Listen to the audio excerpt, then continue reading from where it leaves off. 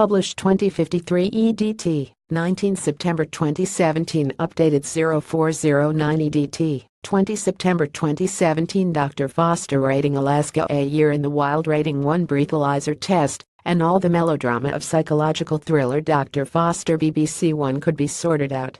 The cast spend half of every episode glugging wine, and the rest leaping into expensive cars. Warring couple Gemma and Simon Suran-Jones and Bertie Carvel make Wayne Rooney look like a responsible driver. Take away their car keys, and all the spiraling retaliations will end. For the first half of the series, I assumed that Gemma's style behind the wheel was some sort of Freudian metaphor mirroring her rampant sexual frustration.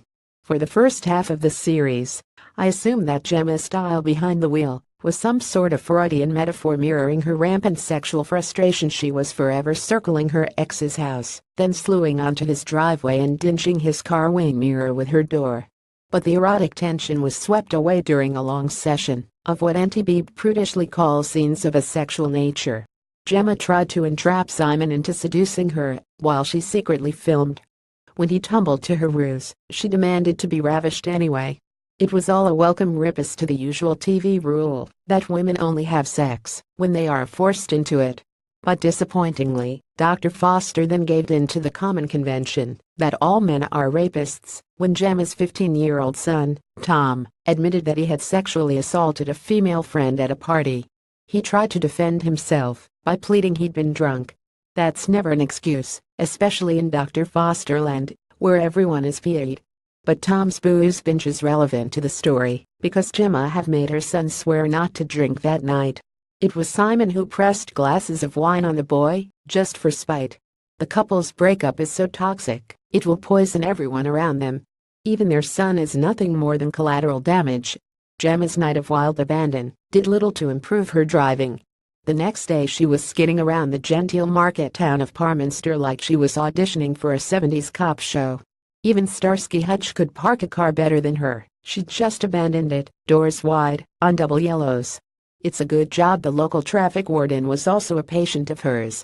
She was forever circling her ex's house, then slewing onto his driveway and dinging his car wing mirror with her door. By the end of the episode, Gemma and Tom were back on the road, fleeing the chaos for a new life. It was the perfect parallel to the first series, which ended when Simon was hounded out of town. But there are still 2 episodes to go. This meltdown isn't over yet.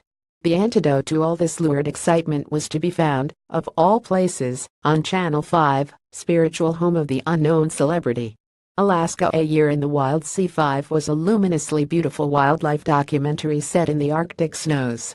The show, narrated by the melodious voice of David Suchet, started with an avalanche of statistics about temperatures and latitudes, but thankfully soon gave up on those.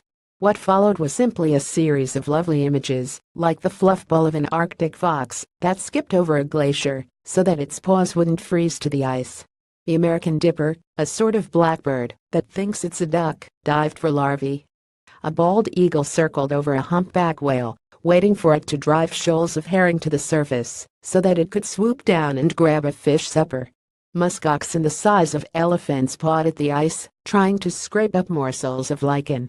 Drone cameras circled high over polar bears until it seemed that we were looking down on them from outer space. It was all hypnotically pretty.